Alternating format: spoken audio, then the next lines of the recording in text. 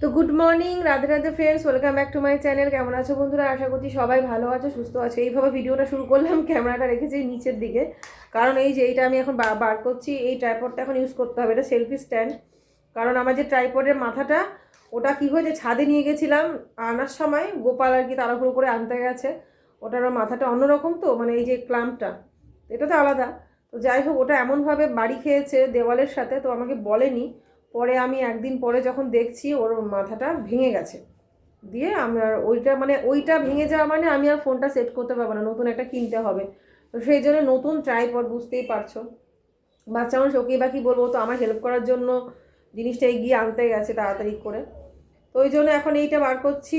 ওটা একটা নতুন কিনে নিয়ে আসতে হবে, মানে এইটুকুনি এই জায়গাটা নতুন কিনে আনতে হবে ওই ট্রাইপডটার জন্য। ট্রাইপডটা তো ঠিক আছে, এই মাথাটা আর কি, এই জায়গাটা যেরকম টাইপের যে দেখতে পাচ্ছ, এই জিনিসটা ওটার ভেঙে গেছে।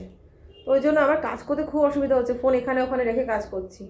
আর এই জন্য আজকে এটা বার করলাম যে ঠিক আছে, এটাই আপাতত করি। কারণ সব কিছু বার করে না আমি চাই না ব্যবহার করতে, একটু যত্ন করে তুলে রাখতে চাই, কারণ কোথাও যাওয়ার সময় তখন আমার এই সেলফি স্টিকগুলো কাজে লাগে, সেলফি স্ট্যান্ডগুলো।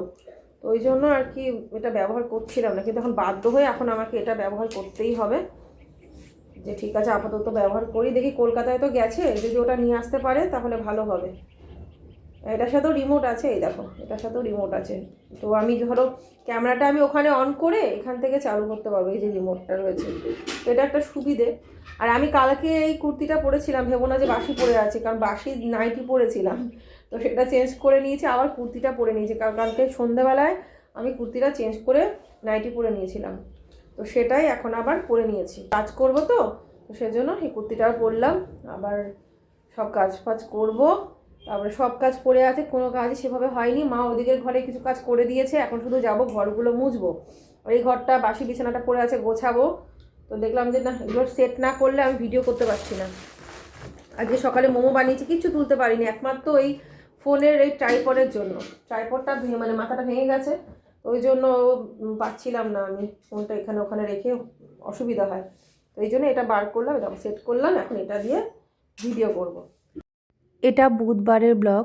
যেহেতু আমি এখন রোজ লং ভিডিও আপলোড করি না, তো সেই জন্যই আর কি বলতে পারো দুদিন করে ওই আগেই ব্লগগুলো থাকে।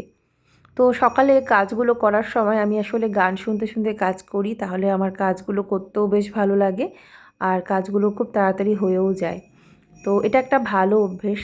এরকম দেখবে অনেক মিউজিক আছে যেগুলো শুনলে আমাদের ডিপ্রেশন দূর হয়, মন ভালো থাকে, দেখবে অনেকের ঘুম আসে না।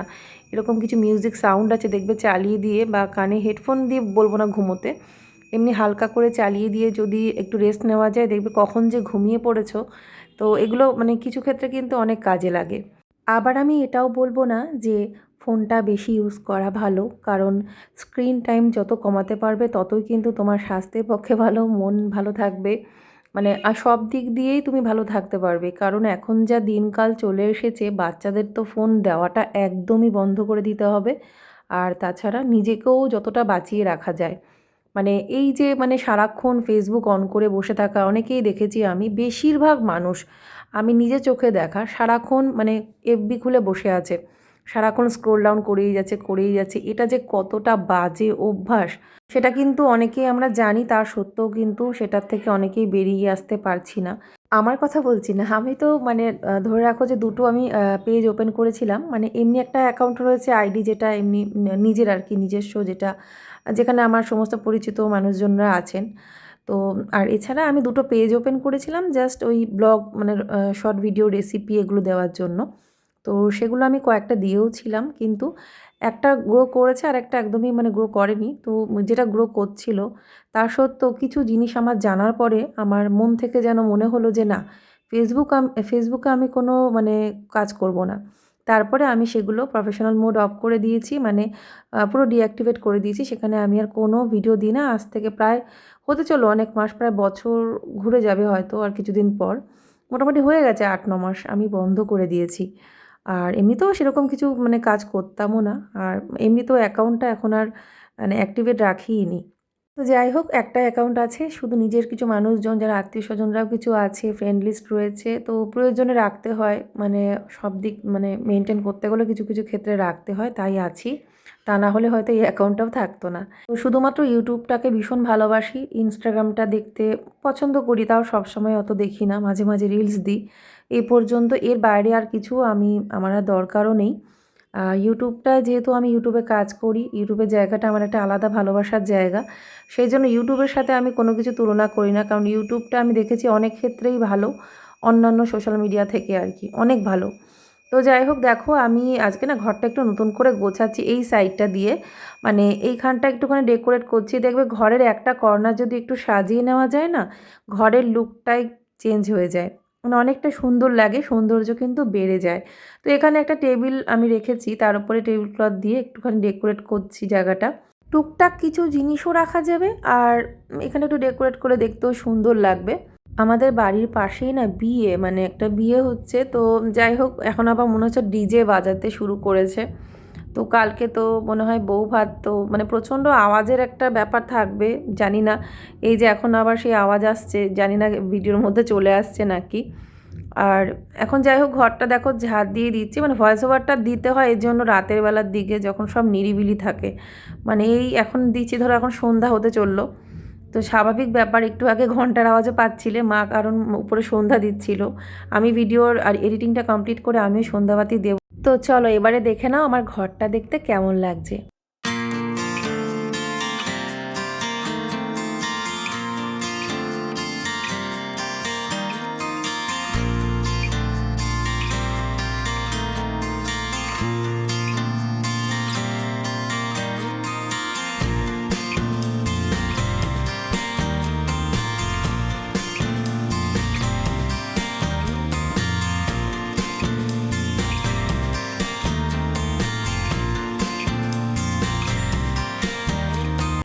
তো দেখো এমন কিছু কিন্তু পরিবর্তন করিনি, সামান্য একটুখানি জাস্ট চেঞ্জ করার পরে, মানে একটু কিছু ডেকোরেশন অ্যাড করেছি সামান্য।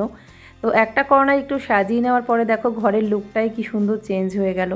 তো এইটুকুনিই দরকার, একটু নিজের বুদ্ধি খাটিয়ে মানে টুকটাক একটু চেঞ্জ করা, নিজের ভালোবাসা সেখানে একটুখানি অ্যাড করা, তাই না? তবেই তো ঘরের সৌন্দর্য বাড়ে। তো সব সময় যে জিনিসপত্র কিনেই করতে হবে এরকম কোনো ব্যাপার নেই, ঘরে যা আছে তাই দিয়ে যদি একটু বুদ্ধি খাটিয়ে দেখবে ঘর সাজানো যায়, সেখানেই সৌন্দর্য বেড়ে যায়। তো যাই হোক, বেডরুমটা গুছিয়ে এসে এবারে আমি সব কটা ঘর এবার মুছে নেব, সব ঘর মুছে নেব, দিয়ে রান্নাঘরটা এখন মুছবো না, কারণ রান্নাবান্না সেরে নিয়ে রান্নাঘর মুছবো। আজকে এমনিতেও বেশি কিছু রান্না করব না, ফুলকপির তরকারি করব, সেটাই একটু তোমাদের সাথে শেয়ার করব। তারপরে রান্নাঘরটা মুছে তারপরে চলে যাব স্নান করতে। সকালে একবার ফ্রেশ হয়েছি, চেঞ্জ করেছি, তো সেই জন্যই দেখলাম যে কাজগুলোও রয়েছে সব সুন্দর করে গুছিয়ে করে নিই, তারপরে স্নান করে শান্তিমতো একটু মানে ঠাকুরের পুজো শান্তিমতো করা, ঠাকুরের নামটা করতে যাতে তাড়াহুড়ো না হয়। তো মানে যখন যেমন তখন সেভাবেই কাজ করতে হয়। আর এমনিতে ওদের স্কুল থাকলে তখন আমার কাজের রুটিনটা থাকে একরকম, ওদের স্কুল না থাকলে যে 2-3 দিন ছুটি থাকে, 2 দিন ছুটি থাকে, সেই 2 দিনের কাজের রুটিন হয় একরকম। আর বাকি যদি মাঝখানে কোনো ছুটি থাকে তখনও সেই মানে ছুটির দিনগুলো রুটিন হয় আলাদা, আর স্কুল থাকলে হয় একরকম। আবার গরমকাল শীতকালের একটা ব্যাপার আছে, শীতকালে ধরো অনেকটা ভোরে উঠে কাজ করা যায় না, স্নান করা যায় না, সেক্ষেত্রে গরমকালে আর্লি মর্নিং উঠে সব কাজ সেরে স্নানটাও করে নেওয়া যায়। ওরা স্কুল যাওয়ার আগেও অনেক সময় সব কাজ আমার হয়ে যায়, অনেক সময় স্নানটাও করে নিতে পারি, কিন্তু সেটা কিন্তু শীতকালে সম্ভব না, যদিও এখন শীতটা অনেকটা কমে গেছে। ঘরের ওই সমস্ত কাজ সেরে এসে তারপরে দেখো আমি এখানে টুকটাক বাসন ছিল মেজে নিচ্ছি, কারণ সিঙ্কে বাসন থাকবে তার মাঝখানে আমি রান্না করতে পারি না। একবারে যেগুলো সকালে মানে আর কি টুকটাক জমে বাসন, সেগুলো মেজে পরিষ্কার করে রান্নাঘরটা টিপটপ করে নিয়ে তারপরেই আমি রান্না করি, সেটা আমি একটা তরকারি রান্না করি বা যাই করি। তো সেই জন্য এভাবে গুছিয়ে কাজ করতেই আমার ভালো লাগে। যার লাইফস্টাইল যেমন, যেমন আমাদের যাদের জীবন ধরে বেশিরভাগ সময়টা বাড়িতেই কাটাতে হয়, তাদের লাইফে কিন্তু সেই জীবনে খুশিটাকেও সেইখানেই খুঁজে নিতে হয়।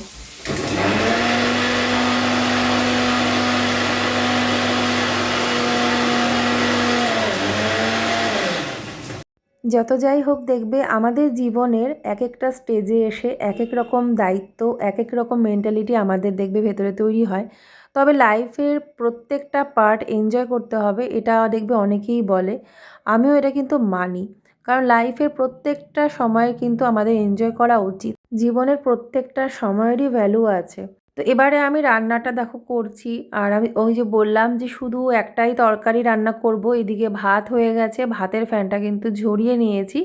এখন আমি ফুলকপি আলুর তরকারি করছি। মা বলল যে আজকে তাহলে ফুলকপি কর, অনেক দিন ফুলকপি রান্না হয় না, এদিকে হাজবেন্ড বাড়িতে নেই। তো ওই জন্য সকালবেলায় সবজিওয়ালার কাছ থেকে মা একটা বড় সুন্দর ফুলকপি নিয়েছে, একদম ধবধবে দেখে। বলে এটা লাল লাল করে ভেজে করিস, তাহলে মিষ্টু গোপাল খেতে পারবে। ওরা আবার যদি পনির ছানা না হয়, ফুলকপিটা ওরা পছন্দ করে, অবশ্যই লাল লাল করে ভেজে করতে হবে। আগে পছন্দ করতো না মানে কপিটা, এখন দেখছি খায়, ব্রকলিটা আর ফুলকপিটা খায়। তো সেই জন্য সেইভাবে শুধু ফুলকপির তরকারিটাই করলাম। একটাই তরকারি, ডালের সাথে আর কোনো ভাজা করার সময় পাইনি। ভেবেছি যে খাওয়ার আগে একটু পাঁপড় ভাজা করে নেব। তো খুব সুন্দর পরিপাটি করে জিরে, আদা, টমেটো, কাঁচা লঙ্কার পেস্ট দিয়ে কষিয়ে এখন লাস্টে একটুখানি গরম মশলা দিয়ে দেবো, একটুখানি ঘি দিলে দারুণ হয় ফুলকপির তরকারি, যদি সেইভাবে পরিপাটি করে করা যায়। তো যাই হোক, দেখো এখন আমি রান্নার পরে একদম সাথে সাথে গ্যাস মুছে নিচ্ছি আর চারপাশটাও মুছে নিচ্ছি। তরকারিটা সিমে চাপিয়ে আমি এগুলো কিন্তু ঝটপট করে করে নিই, তাহলে আমার কাজটা অনেক তাড়াতাড়ি হয়ে যায়। এখন শুধু এই রান্নাঘরটা বারান্দাটা মুছবো, কারণ রান্নাঘরটা না মুছে আমি রান্নাঘরের সামনে বারান্দাটা মুছতে পারি না। তো একবারে মুছে নিই তো সামনেটা দিয়ে, তো সেই জন্য একবারে মুছে নিয়ে তারপরে আমি চলে যাব স্নান করতে। এদিকে বাসন কোসন যা ছিল টুকটাক মেজে নিয়েছি, বাসন সেরকম নেই, শুধু কড়াইটাতেই তরকারিটা রয়েছে। তো যাই হোক, আর তোমাদেরকে তো বলেছি এর আগে অনেকগুলো ব্লগেই বলেছি, কয়েকটা ব্লগে, যে হ্যাঁ সামনে ওদের পরীক্ষা 13 তারিখ থেকে, এই তো 9 তারিখ থেকে ওদের 9 তারিখে জিকে আছে রিটেন। তো যাই হোক, 9-10 হবে, তারপরে মাঝখানে দুদিন স্টাডি লিভ দিয়েছে ছুটি। 13 তারিখ থেকে ওদের রিটেন এক্সাম, মানে মেন যে রিটেন পরীক্ষাগুলো, লিখিত পরীক্ষা, সেগুলো শুরু হয়ে যাচ্ছে। আর যেহেতু অ্যানুয়াল এক্সাম, তার জন্য সেটা কিন্তু গ্যাপ দিয়ে আছে, যাতে বাচ্চারা পড়ার সময়টা ভালো মতো পায়।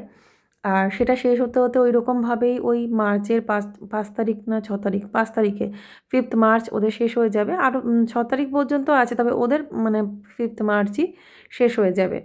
তারপরে হয়তো আমি আবার ব্লগের দিকে সেভাবে খেয়াল দিতে পারবো, মানে কোনো ভালো কোনো কন্টেন্ট বানানো, নতুন কিছু শেয়ার করা, তো সেটার দিকে এখন আর খেয়াল দিতে পারছি না। নর্মাল ডেইলি ব্লগগুলোই হয়তো তোমাদের সাথে শেয়ার করছি। তো দেখো তরকারি রেডি হয়ে গেছে, তরকারিটা দেখতে এই রকম হয়েছে। তারপরে স্নান করলাম, ঠাকুরের পুজো দিলাম, পুজো কমপ্লিট হয়ে গেছে। পুজোর পরে একটু শেয়ার করছি তোমাদের সাথে। এরপরে আমি যাব গোপালকে স্কুল থেকে আনতে, গোপালকে স্কুল থেকে এনে ওকে স্নান করাবো, খাওয়াবো। তো ঠাকুরকে ফুল টুল যা দেওয়ার সব দেওয়া হয়েছে, মানে ভোগ দিয়েছি। তারপরে গোপালকে স্কুল থেকে আনার পরে ছাদে এসেছিলাম ওকে স্নান করাতে। ছাদে রোদে জল দেওয়া থাকে, তো তো সেই জলেই স্নান করে, একটু গরম জল অনেক সময় মিশিয়ে নিতে হয়।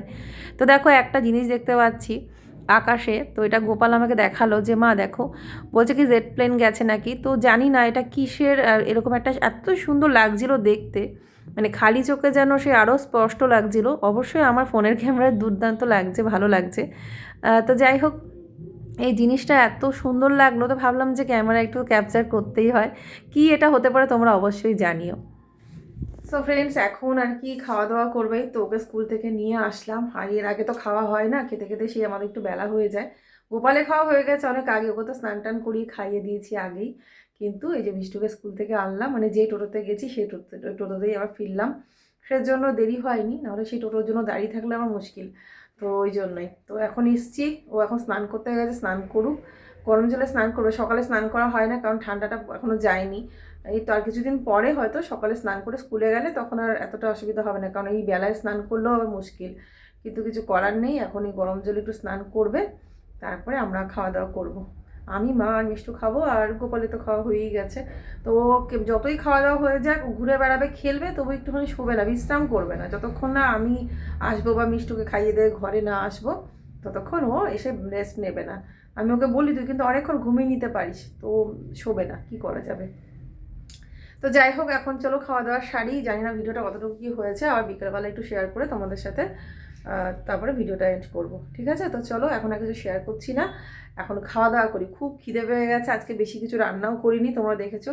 ডালের সাথে এখন একটু শুধু স্যালাড বানিয়ে নেবো, আর বাকি শুধু ফুলকপি আলুর তরকারি করেছি, আর কিচ্ছু রান্না করিনি। আর আলু সেদ্ধ আছে, আলু সেদ্ধটা একটু ভালো করে এখন মেখে নেবো। তো চলো, সকালে সকালে বলছি কেন, আবার হয়তো বিকালে একটু দেখা হচ্ছে, তারপরে ভিডিওটা এন্ড করবো।